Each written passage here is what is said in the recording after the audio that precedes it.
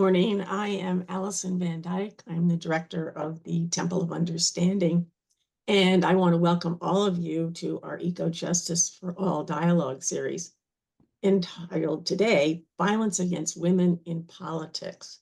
Our partner for this program is Lead Integrity's founder, Aza Karam.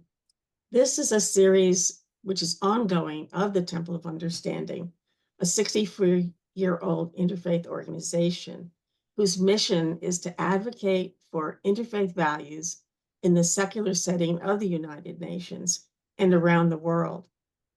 Our focus for the past 13 or so years has been to increase the awareness of religious leaders and actors of our climate crisis, and especially its negative impact on achieving the UN's sustainable goals, in particular, peace, justice, human rights, food sovereignty, and in this case, women's health and safety, and ensuring a healthy planet for all.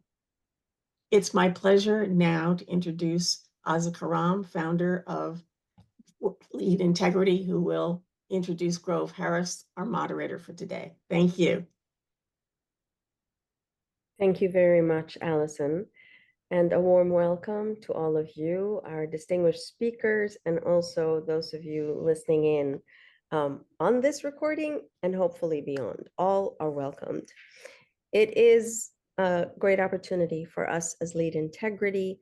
I am delighted to have a number of my colleagues already here who will be speaking and enlightening us.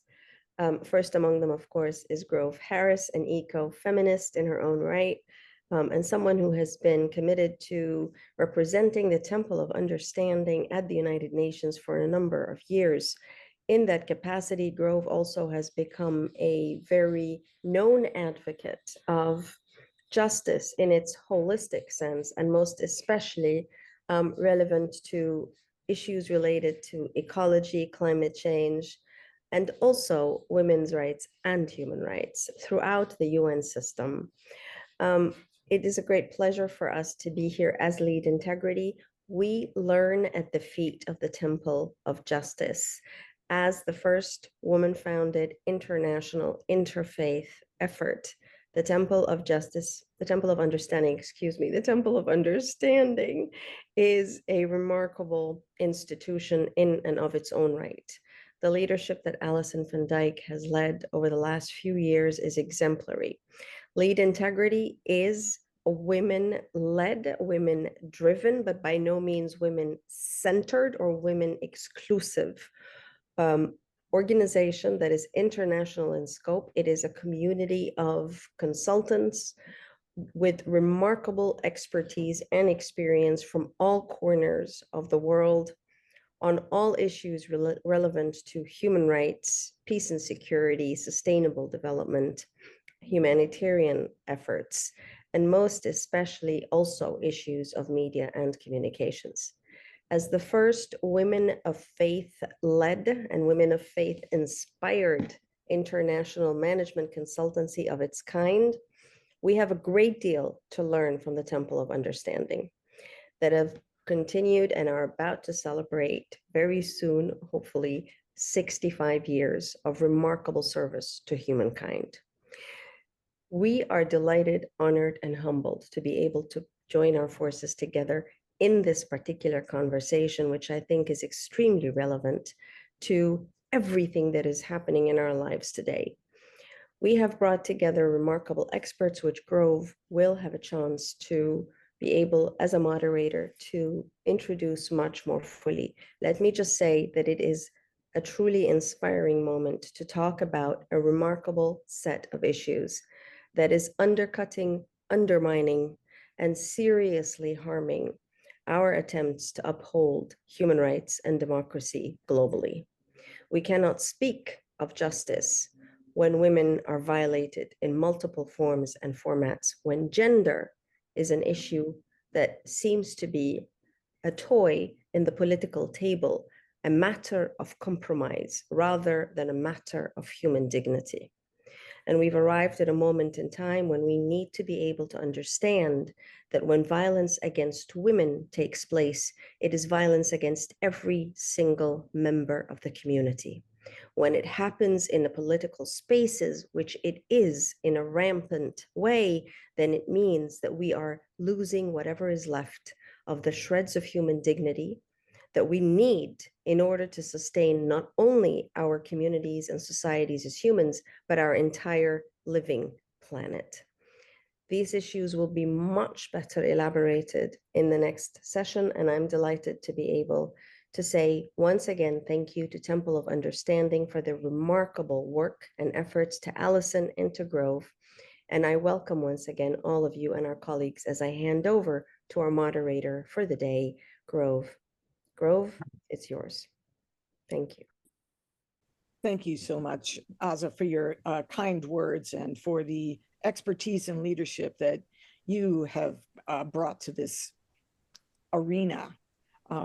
Yes, we have a wonderful set of panelists here today, and the eco-justice dialogue model is one of being able to have some exchange amongst people. So we will first do a round where each panelist will have about 10 minutes to give us their experience and their wisdom on the circumstances they have seen and been involved in. And then we'll do a second round where we step into thinking about what are the systemic solutions that you have come to, and a chance for the panelists to speak with each other. The concept here about violence in politics is writ large because all of the public sphere has political components. So I'm welcoming all of the speakers to keep that broad, and we will not be necessarily discussing how many women are presidents of countries. That's not this webinar. But this webinar is actually part of a two-set series, and we will be having a follow-up webinar as part of the Commission on the Status of Women's NGO section next spring. This topic is obviously huge, so this will be one starting point of it. I also wanted to take a moment to pause and to acknowledge that the Temple of Understanding's office at the Church Center at the UN is on the traditional territory of the Lenape people, who were violently displaced over 400 years and remain closely connected with the land of Manhattan.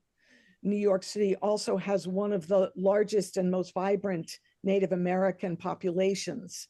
So we know that all forms of violence are interconnected. So I'd like to just invite people to take a moment and think about honoring the stewards of the land in which they are currently standing.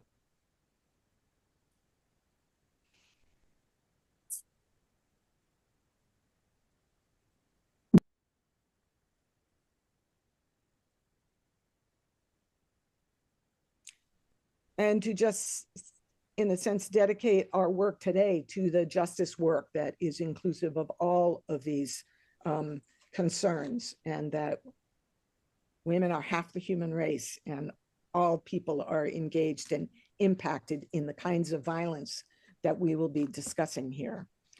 To those in our audience, please know that we will be having a question and answer session and would love to receive your questions in the chat as we move along, in the Q&A as we move along, because speakers may want to answer as we go, and then we will have the opportunity later to pin people and bring them up to be visible and fully participating in this dialogue. So I think that that is all of the business that I wanted to conduct up front. And so without any further ado, let me introduce Ila Gandhi. Ila is a treasure. She has a lifetime of service devoted to peace activism.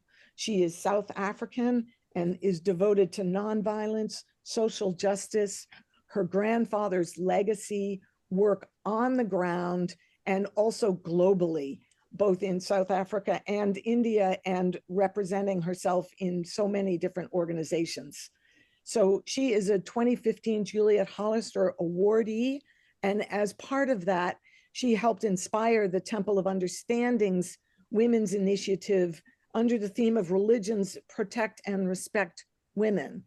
Ela, with great respect for your long years of service, I'd invite you to share with us from that depth anything that you would care to share about this topic. Thank you. Thank you. Firstly, I would like to clarify 2 points. Please. Number one is that, violence or gender-based violence is not just physical violence. There are many types of violence, and it's important for us to recognize that there are other forms of violence besides physical violence. Firstly, there's, sexual abuse that is also perhaps linked to physical violence, but it is a form of violence. Secondly, there's mental violence, where people don't attack anyone physically, but mentally, people are, abused. Thirdly, there's also psychological violence, where, people's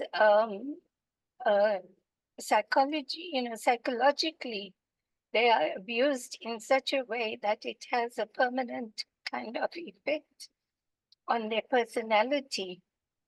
And then fourthly, there's also emotional violence, where people's emotions are, disturbed because of the extreme sort of discomfort that they are put through by, passing derogatory remarks against them, ill treatment in the presence of others, and so on. There's also economic violence, when people are, when there is a dependency, and then the woman is reduced to, having to beg for simple things.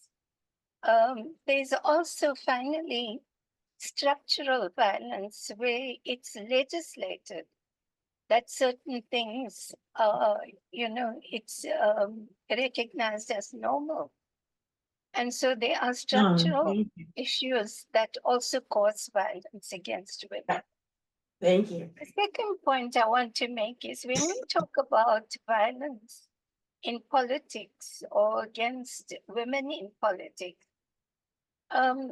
it's a broader,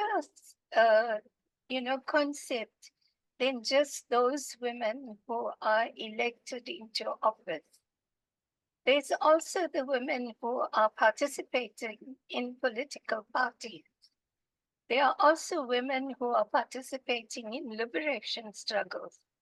All these women are part of a political structure, and each of them have their own personal experiences at these different levels, which I would like to refer to in my talk later.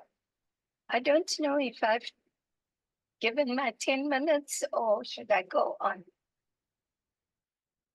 Okay, so having clarified those 2 points, I would like to refer to what happened in South Africa and to talk about the violence. But firstly, there was terrible structural violence in South Africa that we all know about, the prejudices and the discrimination against people of color, and which was legalized by the government.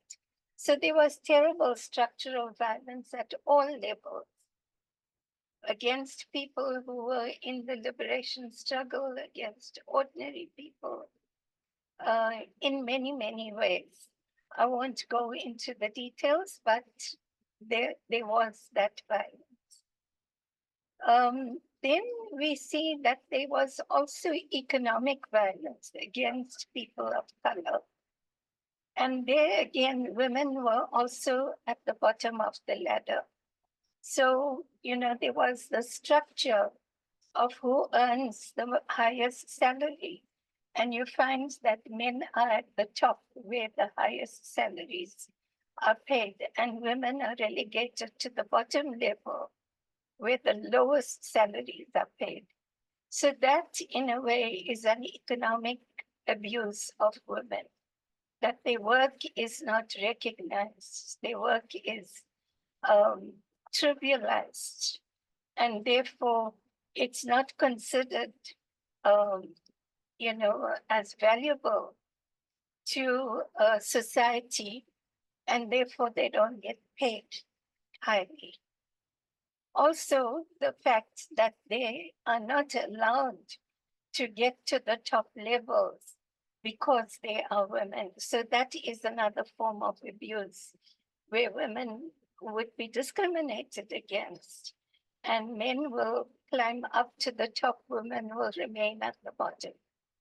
So those are the two levels there.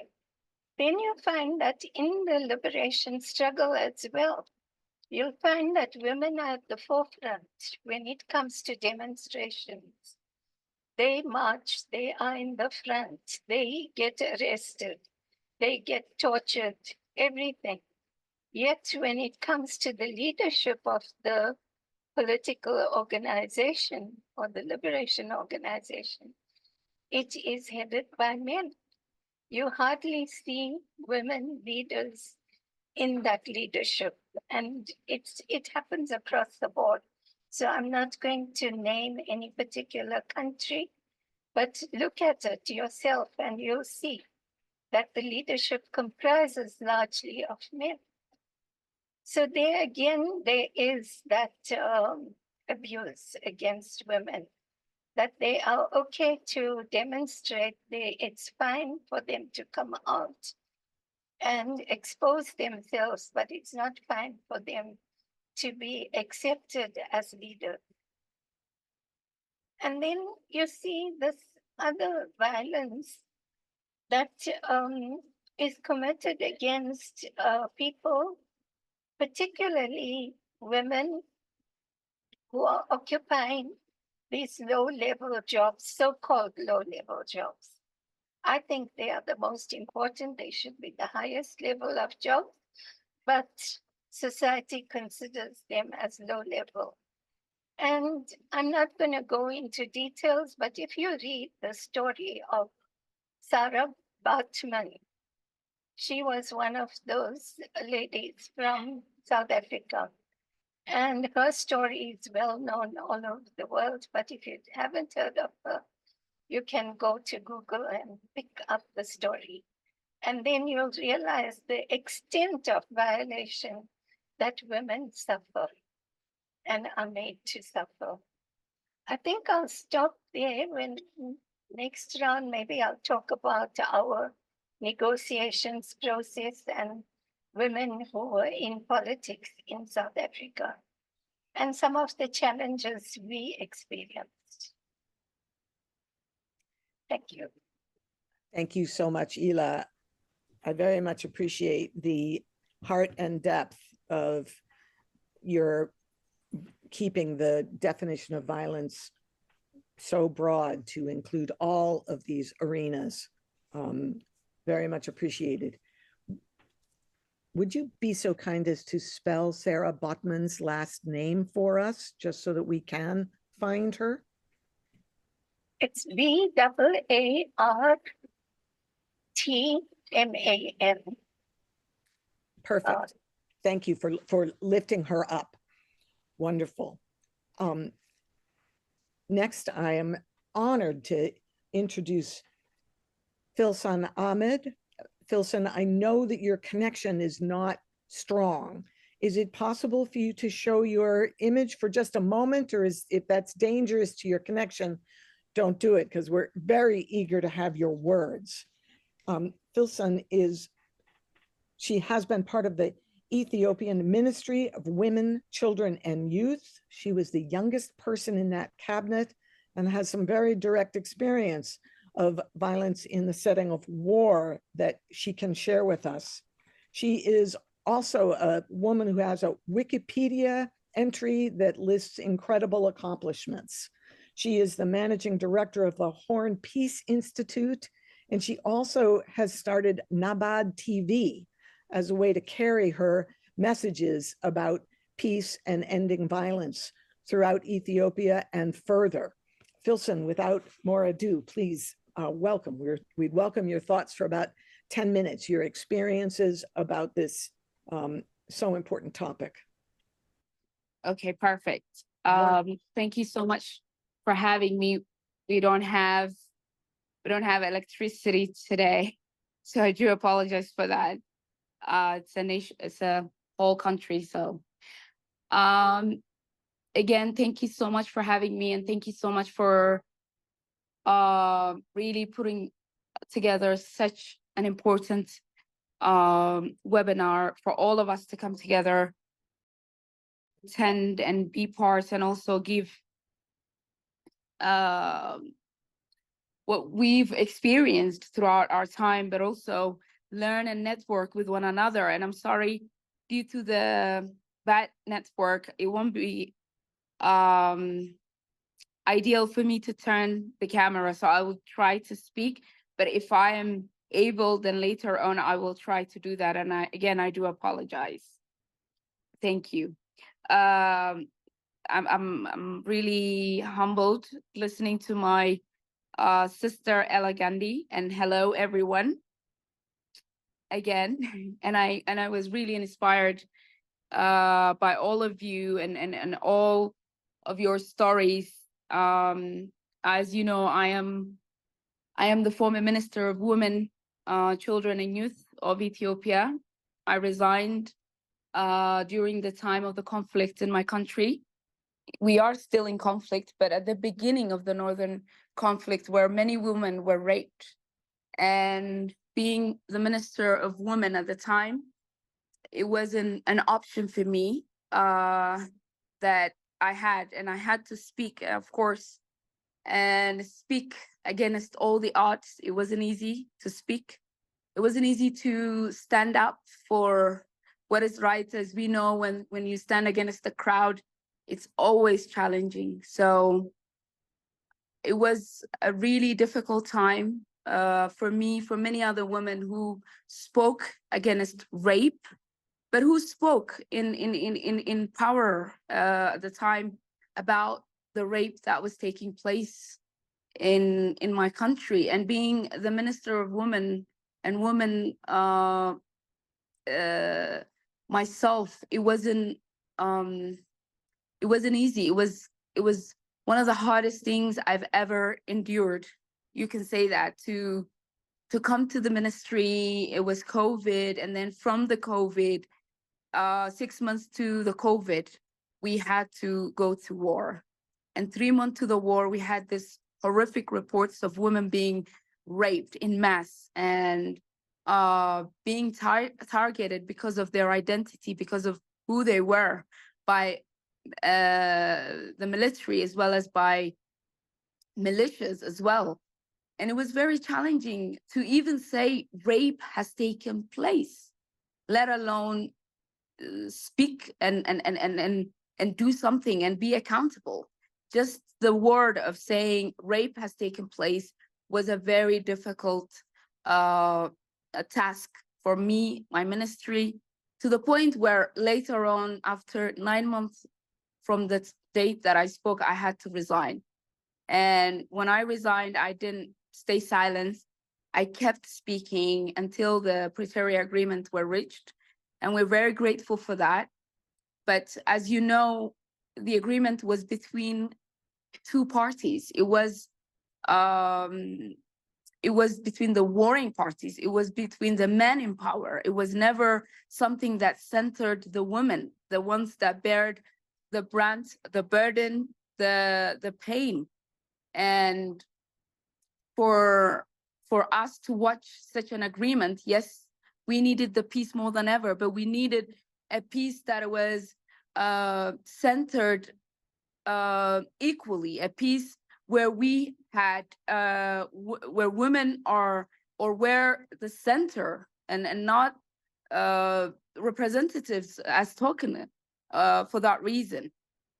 And it was really an eye-opening to watch how this suffering was just kept under the shadow, So men in power can actually make their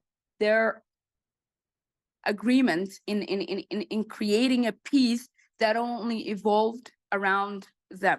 So they can avoid justice, so they can avoid accountability.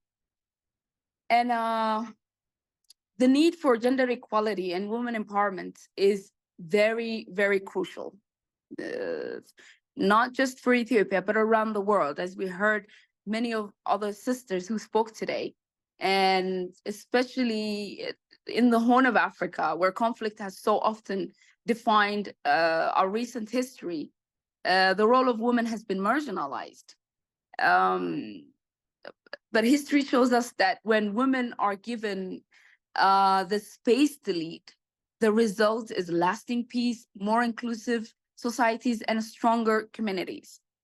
So today I really want to talk about what can we do together, especially this being organized by Temple of Understanding, an organization that centers faith. And I wanted to somewhat give an idea what can be done. I can speak from a perspective of Ethiopia, but in general, Horn of Africa. As the organization I am running at the moment covers the Horn of Africa. So again, it's a privilege and honestly solemn appreciation to be here for all of us to speak against gender-based violence, and especially this time being the end of the 16 days of activism. I think this is a very crucial time for all of us to gather, get to know one another, and see what we can do and learn experiences as well. So I wanted to give an initiative that I actually proposed this morning to many of other international organizations where I was making a speech. And I thought it is crucial because we're forgetting the element of how can we really get help for women who are emotionally, spiritually affected by sexual violence, because we need to go to the solution. And the initiative is to mobilize clergies across Ethiopia to provide trauma-informed, gender-sensitive support to survivors of sexual violence by training religious leaders to offer emotional, spiritual, and practical support. And we aim to break the cycle of shame and exclusion that too often follows survivors, especially in rural and conflict affected areas. And if you ask me why clergies, like how can we really involve clergies, then this is very important. Yes, we know it is challenging to address these topics, but we must ask ourselves, how do we restore the dignity of survivors in a society that often blames and shames them? Also, how do we ensure that those who have experienced violence are supported, not just in terms of medical care or legal recourse, but in their emotional and spiritual healing? So in Ethiopia, where faith is central to our identity and communities, clergies are uniquely positioned to lead the way in supporting survivors in sexual violence by combining spiritual care with professional psychological support. Clergies can help survivors find both emotional healing and social acceptance, facilitating their reintegration back into the society. So yes, again, the answer lies in part, of course, in the power of faith communities. And we've been neglecting that part in broadly in how can we integrate modern psychological healing to faith perspective, and how can we bring those together?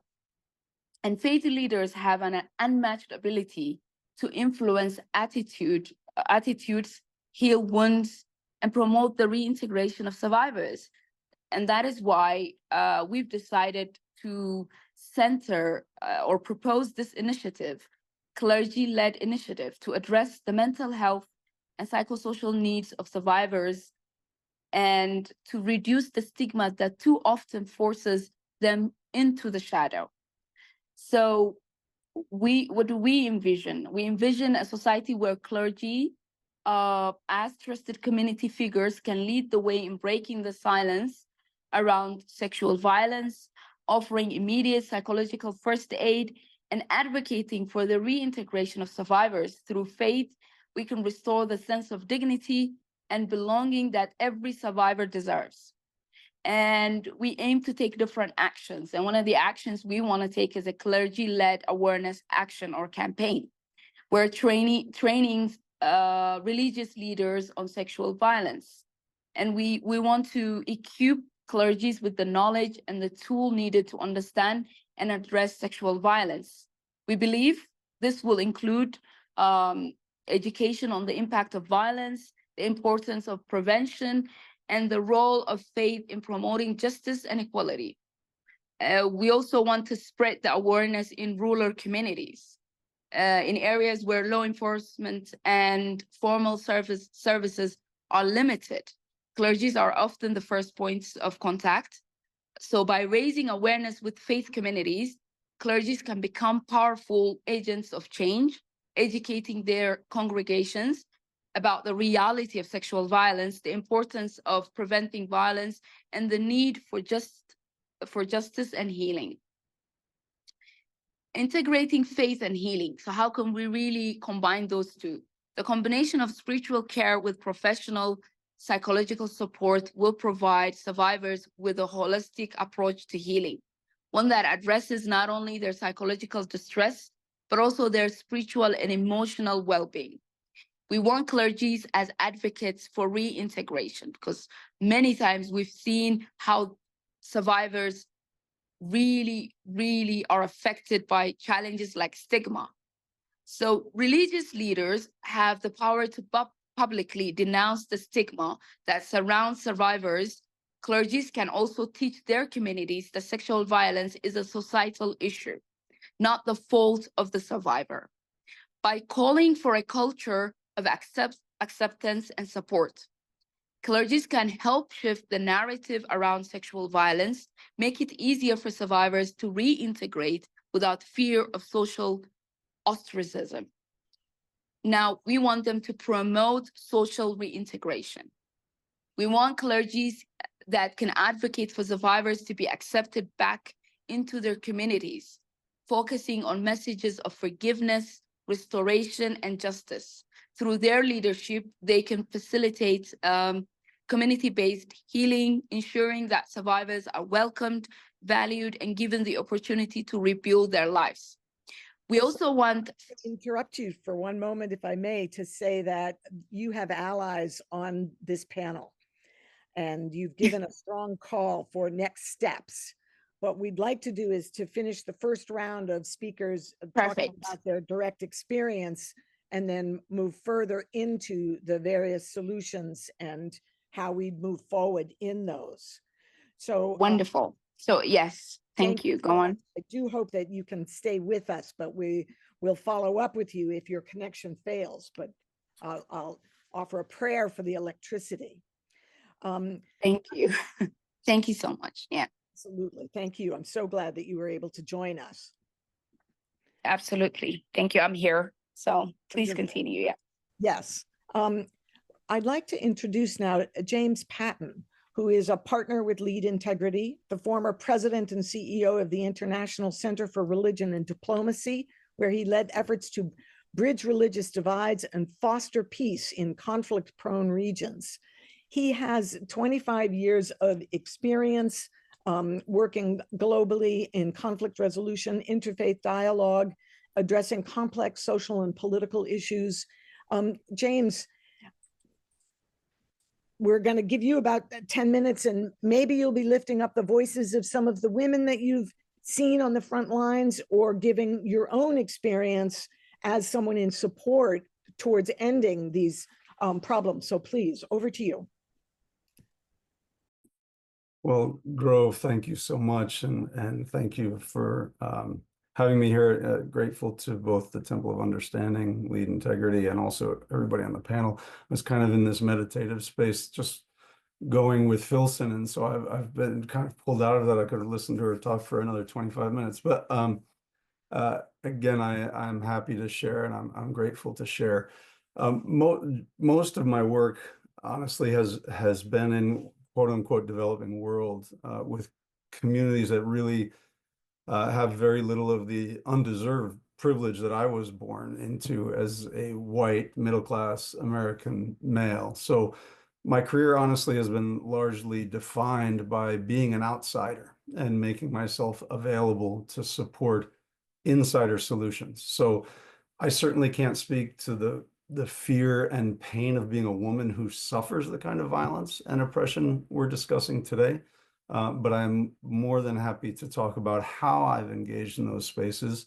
And honestly, the single key element has been to begin with listening and to provide, what capacities or knowledge or resources I have when I'm asked to. And I don't think that's necessarily just true of the male role in spaces where women are trying to engage in solutions to their own struggles. I think that's true across any identity divide. So let me talk about just a couple of different areas quickly, hopefully, because I think we could all share lots and lots of stories, but where this kind of institutional disempowerment has been evident to me. And I use the broad sense of violence that Ella was referring to as well, and a broad sense of politics, which is kind of the ability to make decisions within community.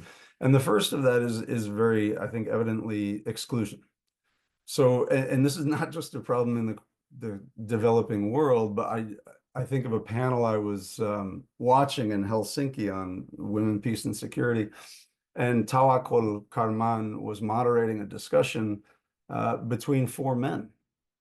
And I made a tongue-in-cheek comment to the female Finnish minister sitting next to me in the audience. I said, did the women have to win a Nobel Peace Prize to be invited onto the stage?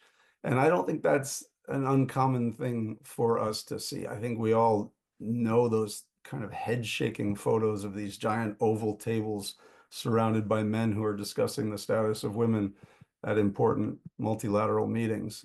But that exclusion isn't just that clear in our face. There's so many different subtle forms and really pernicious forms that are to the broader detriment of all of society.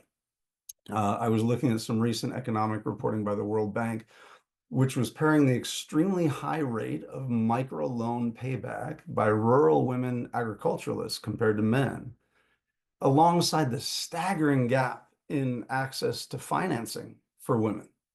And I think the causes of this are very broad and varied, but most really have to do with the reduced role of women outside the home or outside of the immediate community, which can be tied to sort of gender distinctions in the community, sometimes gender partnership, but I think is more often tied to cultural and institutional exclusion of women where men have the power to determine those norms.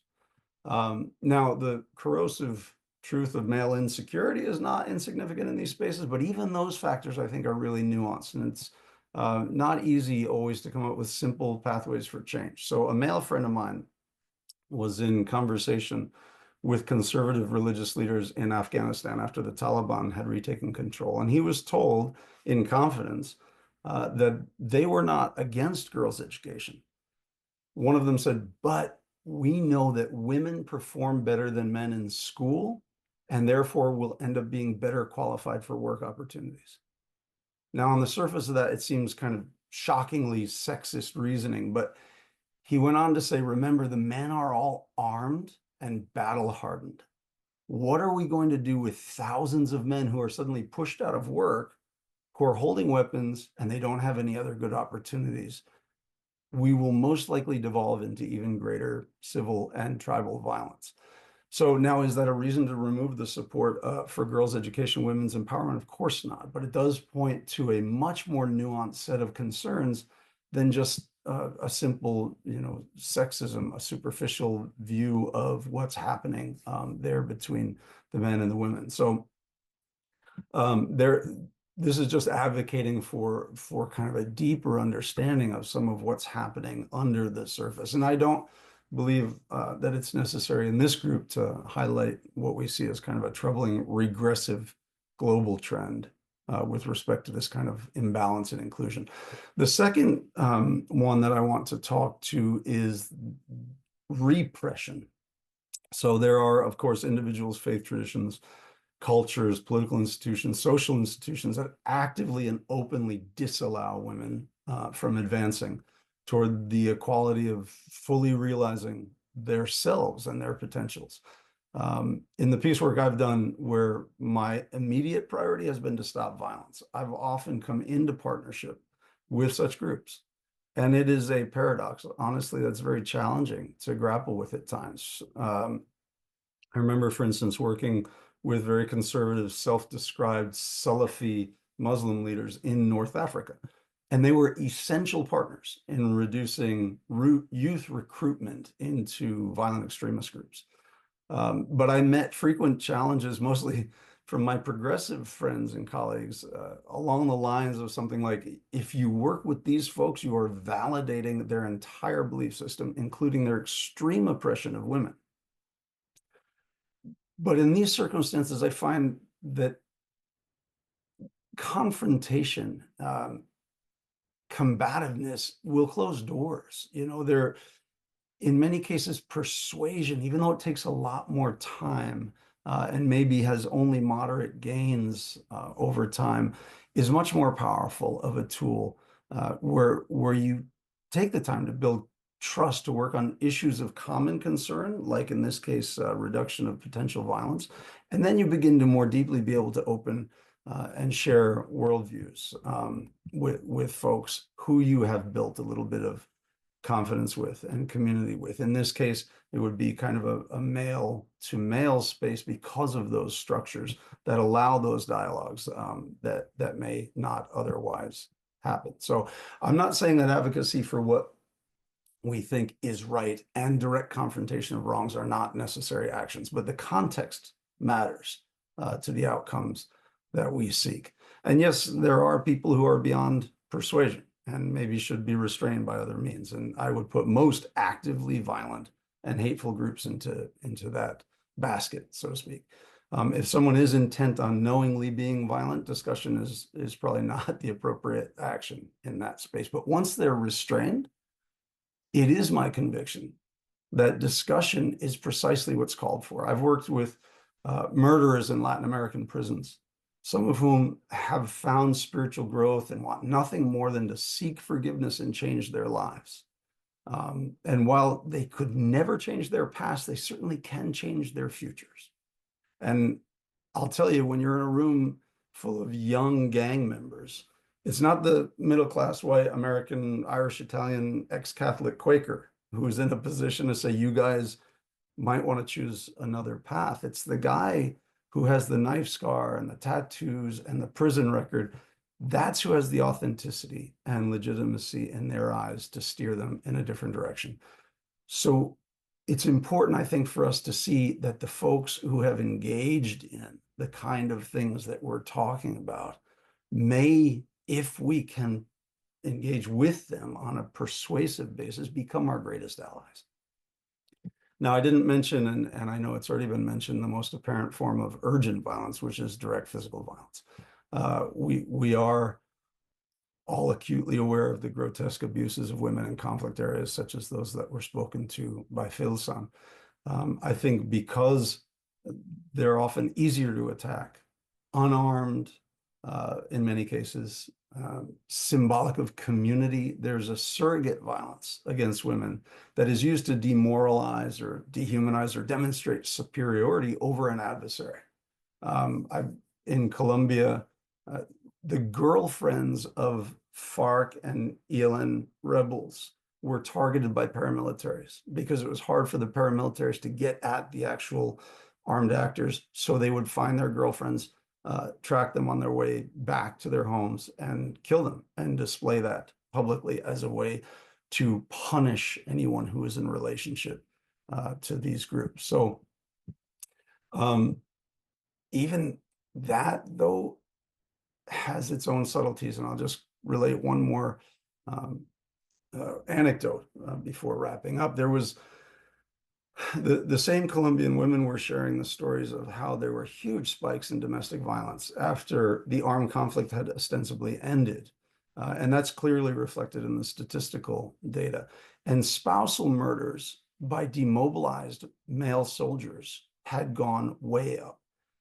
Many of these men would later recount how battlefield trauma, which went completely untreated, had changed them, transformed them. And I remember the story of a man who said he felt like he'd become a beast whose only remaining instinct in the face of any kind of conflict was violence. He had an argument with his spouse after he came home. He stabbed her 37 times and then sat down and called the police and told them that he had just murdered his wife.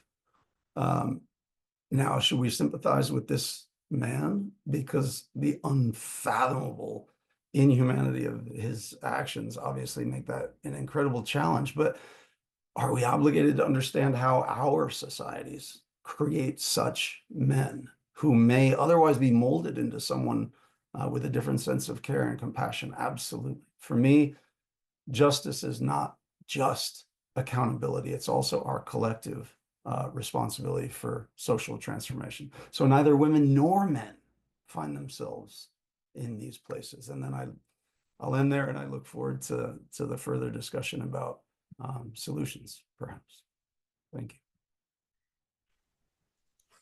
James, thank you for a profound set of thoughts. And I want to note that we put into the chat a recent publication of yours, A Basic Theory of Reconciliation, a practitioner's guide. And I really appreciate the next lens that you brought to this discourse. I'm also aware that time is flying here with this, the weight of this topic. And I'm honored to introduce our next speaker, Fulata Moyo. Fulata is a founding partner in Lead Integrity. She's a negotiator with expertise in gender and intersectionality, human rights, community mobilization. Her PhD is in human sciences, leadership, and peace building. And also, she has worked in the World Council of Churches Thursdays in Black campaign.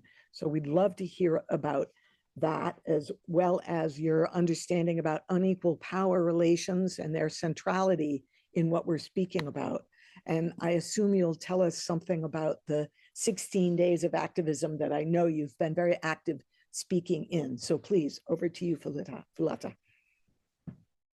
Thank you so much, Grove. It's an honor to be here, and I'm thankful to the Temple of Understanding and the Lead Integrity for inviting me and creating this space for me. And it's a great honor to share this platform with the Ella Gandhi, because most of us have been so much impressed by Mahatma Gandhi, but to meet somebody of his blood, you know, it's an honor. So thank you so much. I will use the PowerPoint, not because I cannot speak without it, but because I just want to emphasize. I will talk more about my own story. So before 2010, I always wondered why I was so passionate about fighting against gender-based violence and accompanying women who were vulnerable or they were survivors. And in 2010, something happened that opened my eyes. And I was working with World Council of Churches that time, and I joined at a time when they were focusing on overcoming violence. And my work, because I was employed as gender expert, so I focused on gendered aspects of violence. And knowing that I did my homework, I did research, and I found out that actually um, about 80% or so of gendered violence is actually caused directly by men. And so because of that, I said, you see, if this is the case, then we have to have a way of having a platform where women and men are talking to each other and men become a solution to the problem they are causing. So we started the work on transformative masculinities and transformative femininities. And one of those platforms, we had decided that we'll focus only on three continents because of the similarity of their communitarian understanding of their being. So in Africa, we talk about Ubuntu. I am because we are. I am because you are. Since we are, therefore I am. And so we also realized that the Caribbean is impacted by the same ethos. And we also saw that Asia is impacted by a similar ethos. So we said we'll have Caribbean, Africa, and Asia. And so we would organize workshops in these continents, in different countries, and we would have an equal number of women, equal number of men. And mind you, for World Council of Churches that time, it was still the binary language. So you did not dare talk about other genders. You had to strict yourself to women and men. And so when we went to Thailand, we gathered about 20 women, 20 men. And the part of the understanding was that some of the sessions, the men and women will be in the same room and they will have conversation about what are the drivers and how do they address them and what are the what does it mean to be those who speak about against such practices. And then some of the sessions, it was gender sessions where women had to be on their own, men on their own. And the question was, how are the socialization processes through culture and religion regarding gender, and what are the tenets that come out, and how is that understanding of being masculine or feminine actually impact the way you relate with each other.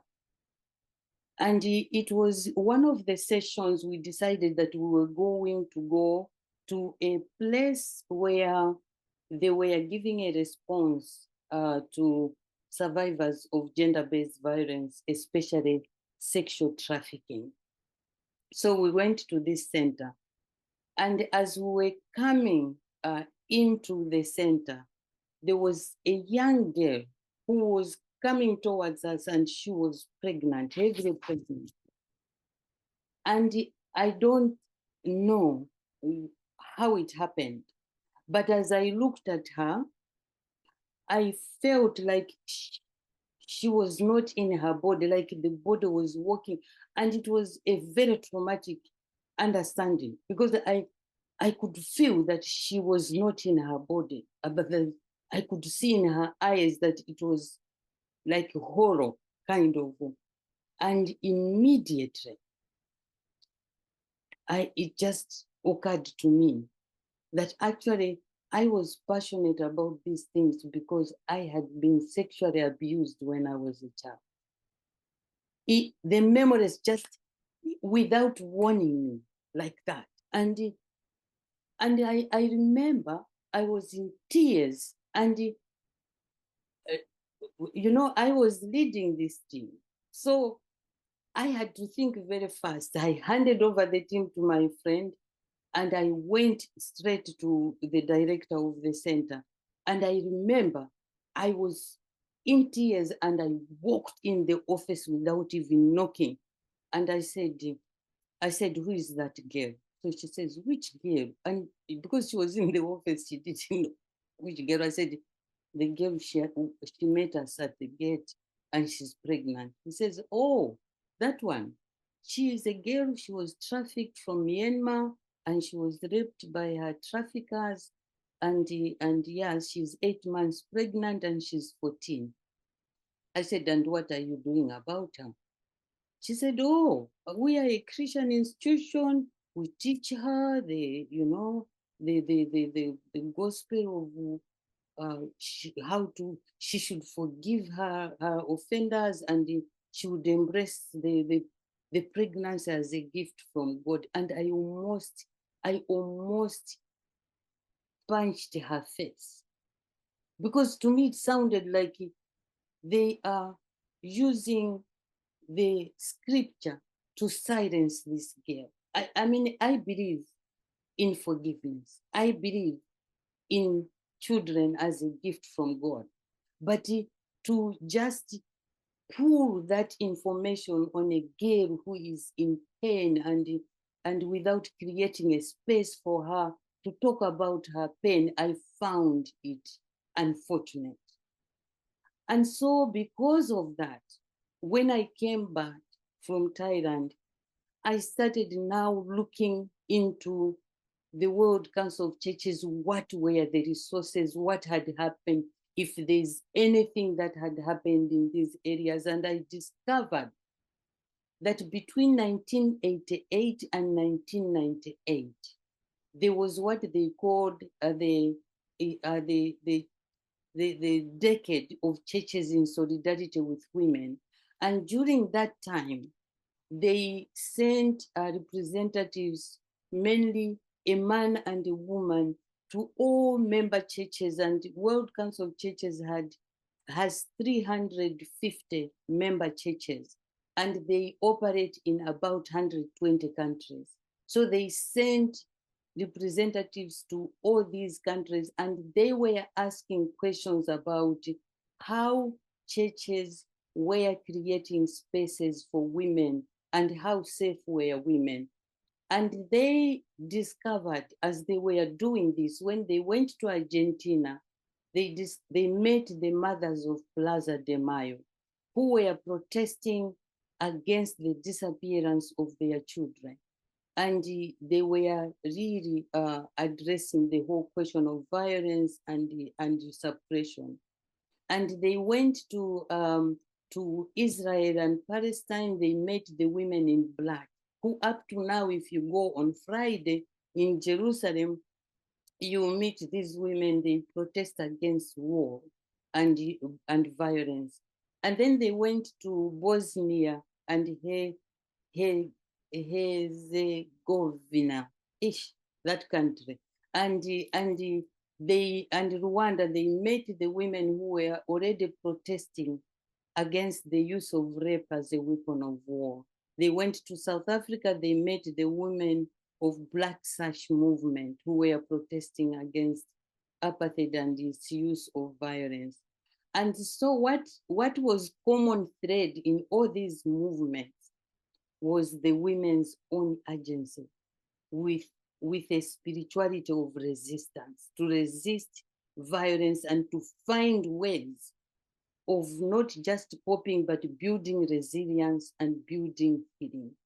And so when I found out that, I said, okay, what happened? What happened to this? And I discovered they actually created a campaign called Thursdays in Black for a world without rape and violence. And that campaign, they didn't launch it. It was just handled within, and it was almost non-existent. So in 2013, I organized and we decided that we were going to now launch it as a global campaign and challenge churches and all other religious institutions, academic institutions to take it up as a campaign. And so the assumption is that if we can use this campaign, we will raise awareness. And if now that it's a social media era, people who are wearing black, they will also take photos, they will post and they will share. And so it goes on and on. And so this is what I took up, and it is up to now, it's actually going on even after me. So I will stop there for now. Thank you so much, Fulata. I appreciate the depth of you sharing your own personal experience and how our own, what's been perpetrated on us as individuals and our healing pathways need to inform the systemic solutions and the depth of the healing that is needed, and the ways and means of that.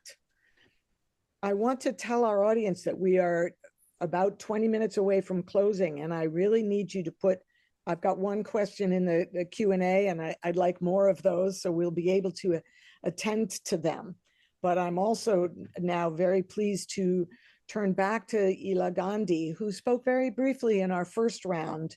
And I know that you have heard the content of this webinar, and I would love for some of your thoughts about pathways forward, perhaps integrating some of what you've heard with your own experience. So Ila, back to you, please. So thank you again, and thanks for the lovely, informative presentations by all the other speakers. In our experience, I'll just cite one example which tells you what happened and how we overcame. So in 1993, South Africa decided that they were going to have a Congress of Democrats, which is going to discuss the future of South Africa. So it was called CODESA. And in that Congress, we had all the different political parties participating. So each political party would send their delegates to this CODESA hearing. Now, what we found at the first hearing was that there were very few women in that whole setup. Some parties had all men, some parties had one or two women, and so we were totally out of proportion there. Maybe like 1/8 of the total group there. So women felt that we had to do something, and we got together and we said, firstly, we'll speak out. So speaking out, no matter what condition, no matter whether it's individual abuse, whether it's political abuse, whatever kind, speaking out is the first point. You need to talk and say how you feel. So we went, each of the women, delegates from each party went back and said that you cannot have negotiations for the future of this country when you leave out 52% of the population. South Africa's female population is 52%. And if they are not represented adequately, then who are you discussing these things with? So each woman made powerful speech at this CODESA hearing, and there was a clear message that everyone should bring at least 50% women in the next hearing, next round of the discussion. But we didn't leave it at that. We felt that there needs to be much more, because just talking is not going to deliver. And so we decided we were going to have a memorandum And we'll get people to sign that and collect as many signatures as we can. But then we also felt that, in this whole negotiations process, there were women from international organizations who assisted us, who assisted the negotiations process to actually take place because they supported the liberation struggle. So we said, let's appeal to all the women's organizations internationally. And we wrote letters, and there were thousands of letters from international women who wrote to the organizers of CODESA that you've got to do something about this. It can't, it can't carry on the way it is. That put pressure on them to change. So that's another method of taking up the issue. You can't just speak out, but you also have to put pressure on the organizers to make sure that it happens. So that was one example. And eventually what happened is we continued with that pressure until at the negotiation table, we said one man, one woman would be negotiating, and one man, one woman would be advising. So around the table, we had 50%, and we said, if a party can't find a woman, then they just have one man. They won't have another person to represent that party. So they had to go back and find a woman to represent them. So that was another, method in which we succeeded in getting women representation. But then I must tell you that, as I said earlier, there are many ways in which women are abused. And I'll tell you of my own experience. I found myself in a group that was entirely men because it dealt with defense. And in defense, you find all the generals and all these people are men.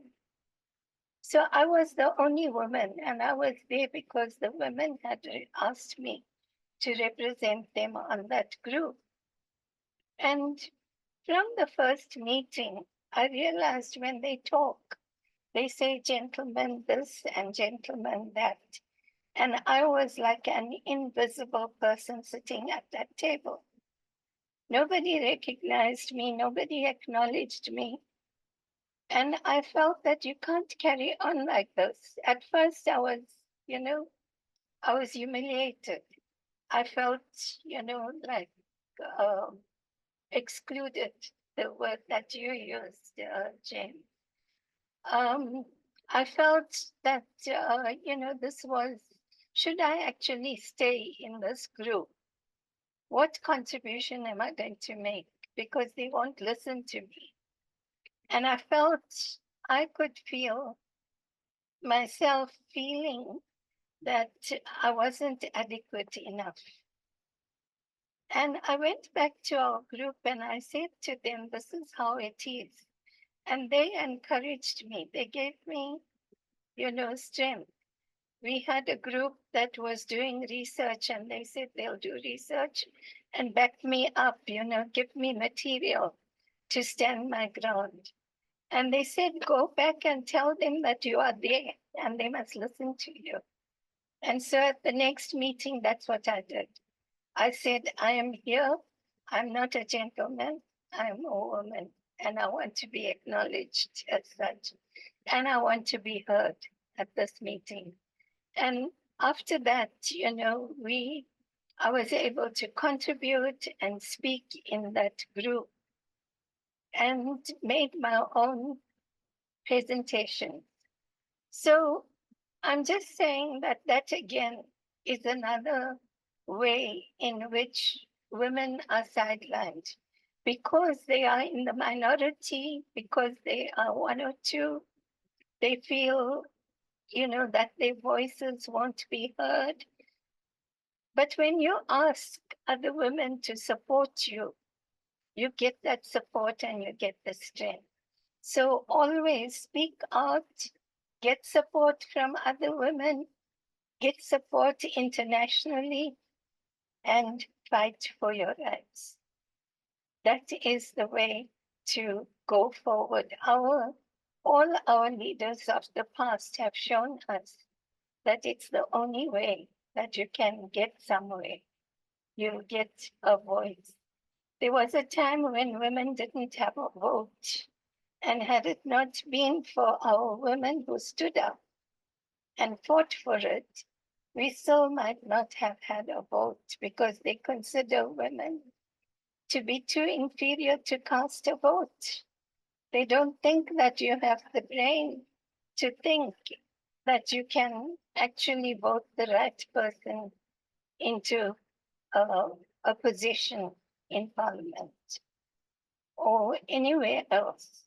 And so these are some of the ways in which we are abused. It's not physical abuse, it's mental, emotional, psychological, all those kinds of abuses that we face. And I think that the way to fight it is to unite. Thank you. Ela, thank you.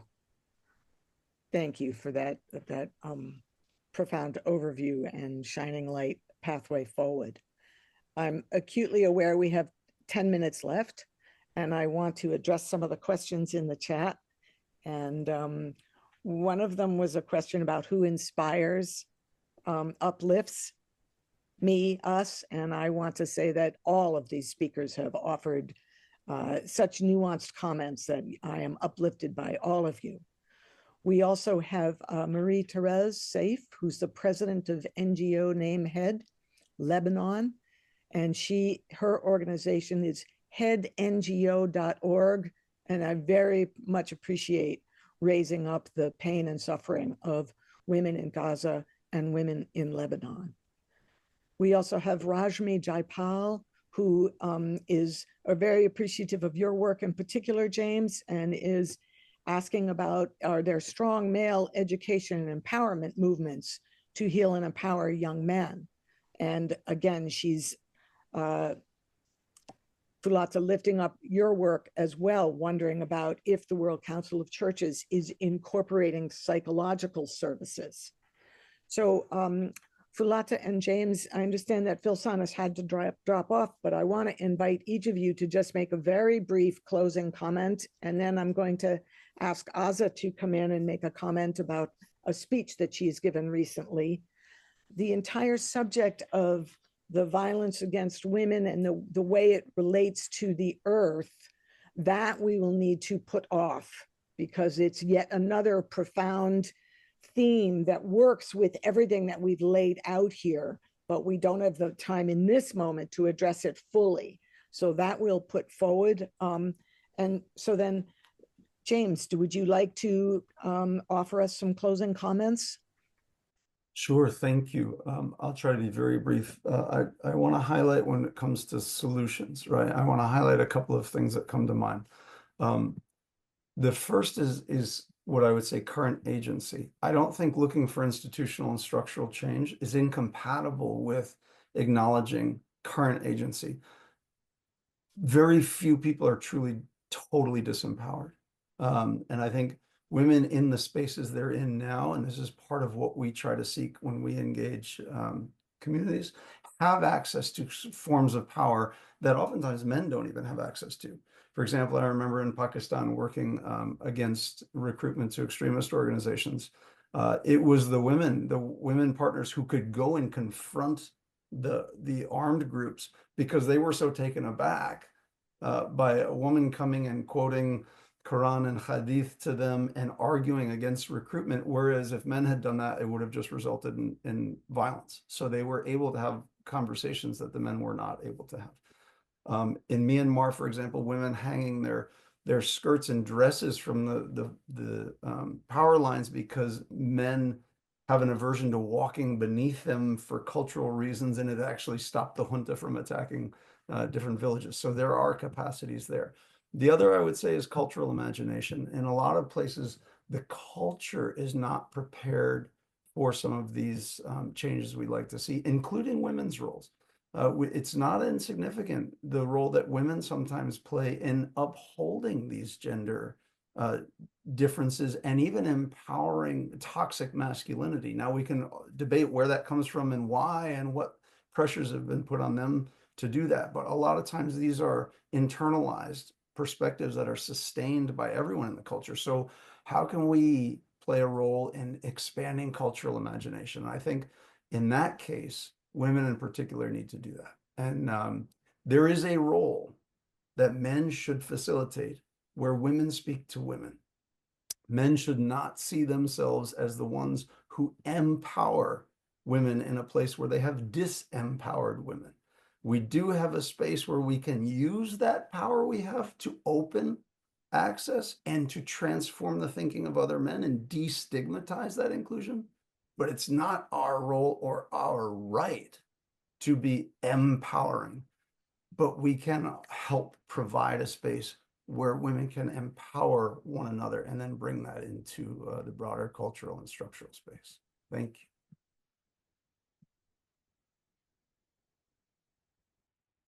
you. You are muted, Grove. You are muted. Oh, sorry. Thank you, James. That's brilliant. Those who think they're going to give power need to take a step back and support. Fulata, to you, please. Yes.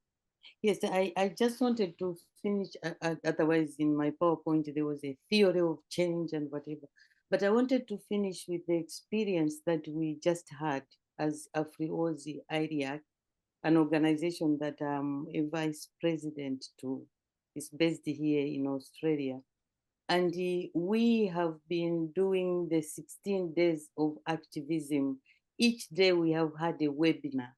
And each day we had speakers across a spectrum of survivors sharing their experiences and all that, and the men talking about their own, socialization and the like.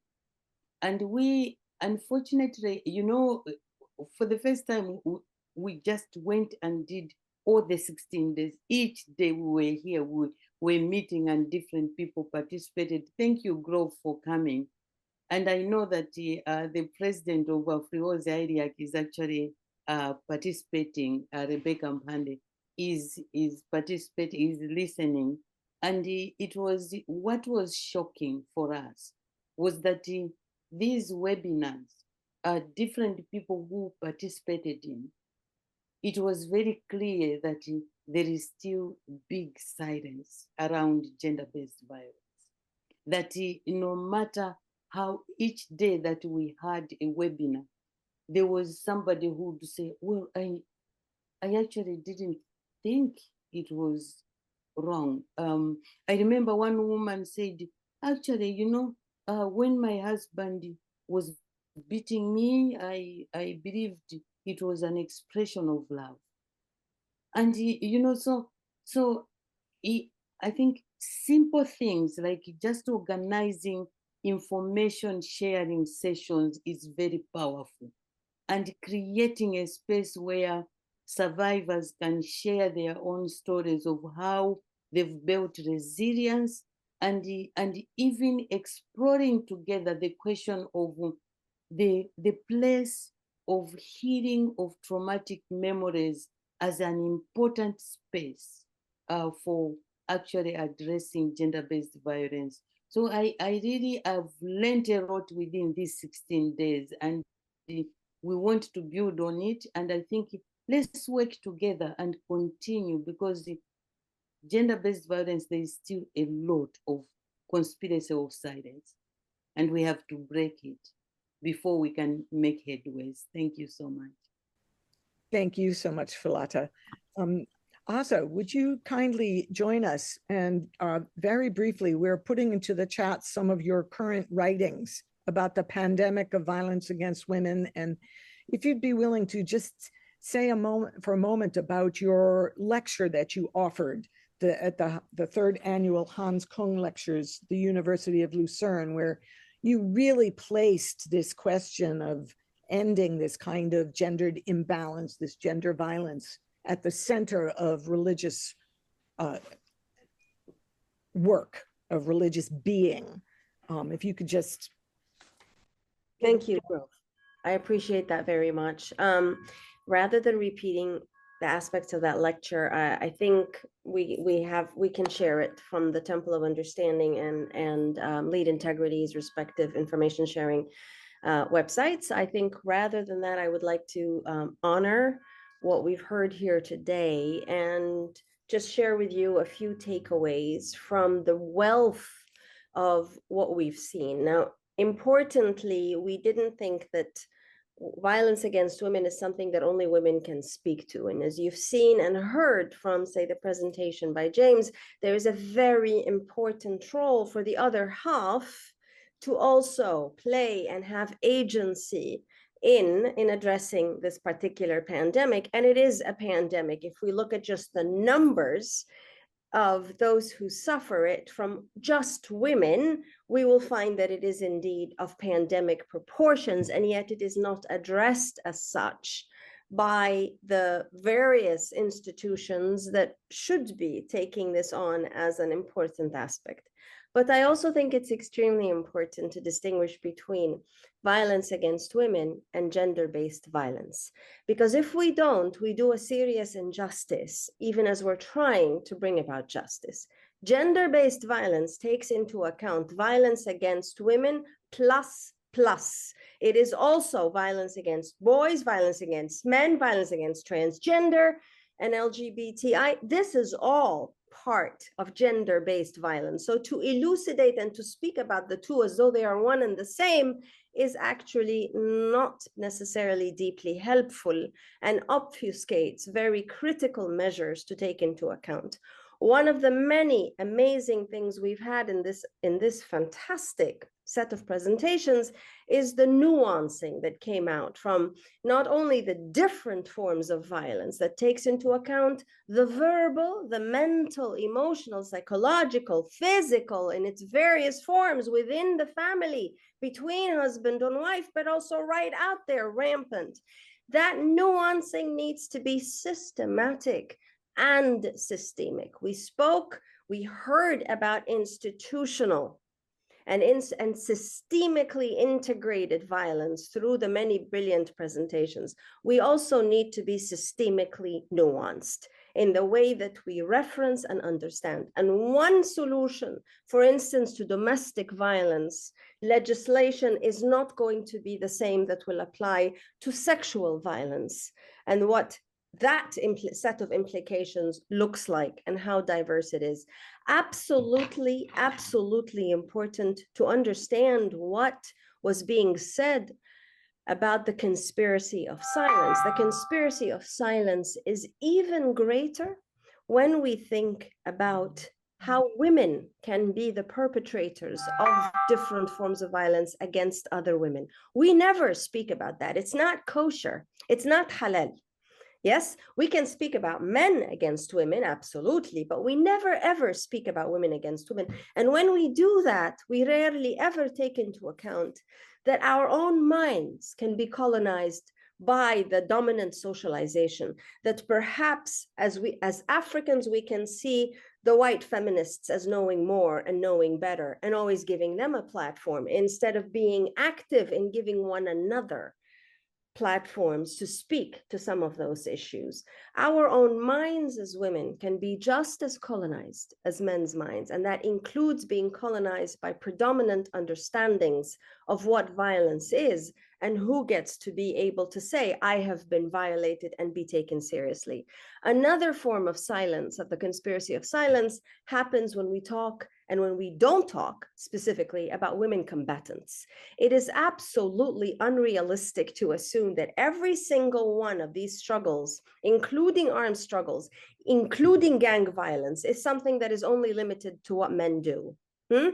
National liberation movements would never have succeeded the world over. Current religious nationalist movements have women as active members therein.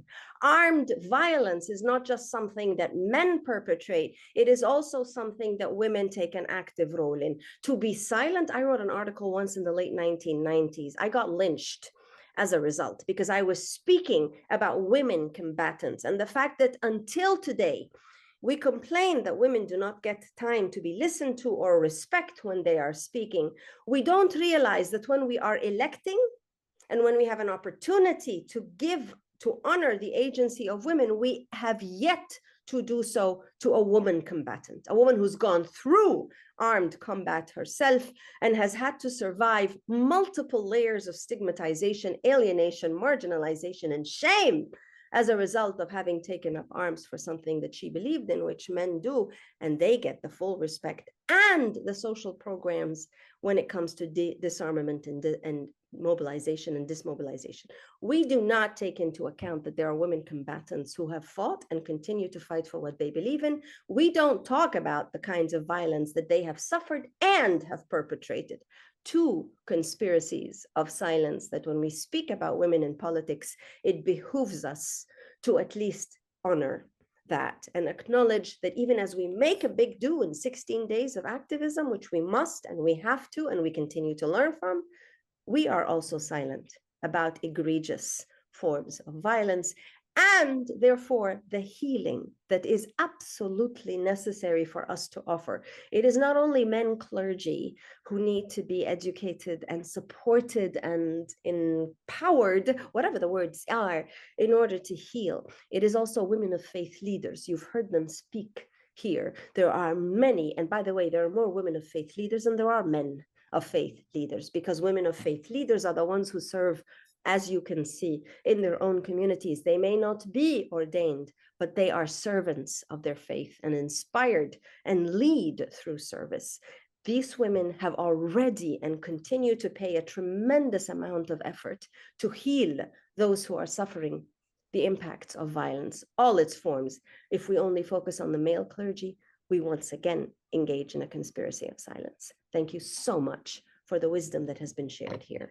And we look forward as Lead Integrity to taking this conversation to the UN Commission on the Status of Women together with the Temple of Understanding, because women-led, faith-inspired efforts are our future. They're the untried solution. We intend to work on them together with men and all people of all gender, all race, all nationality, all identities. We will honor the creation that is made by the divine. Thank you. Thank you, Azza, and thank you, everyone. This has been a fabulous discussion.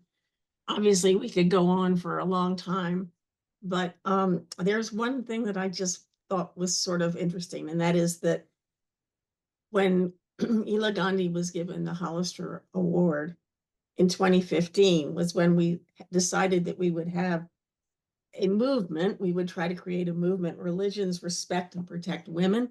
That was 20 years ago.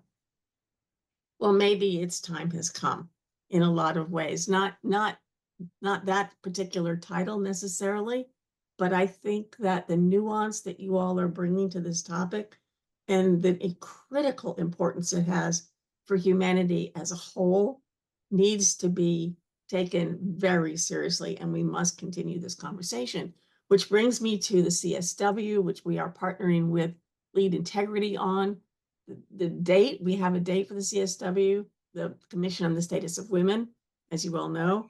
Our date is March 18th, and we begin at 10:30 and we end at, I guess, 12 or something. Yeah, noon, 10:30 to noon. Please join us. We have much more to say, much more on this topic to discuss, and we will continue. Bless you all.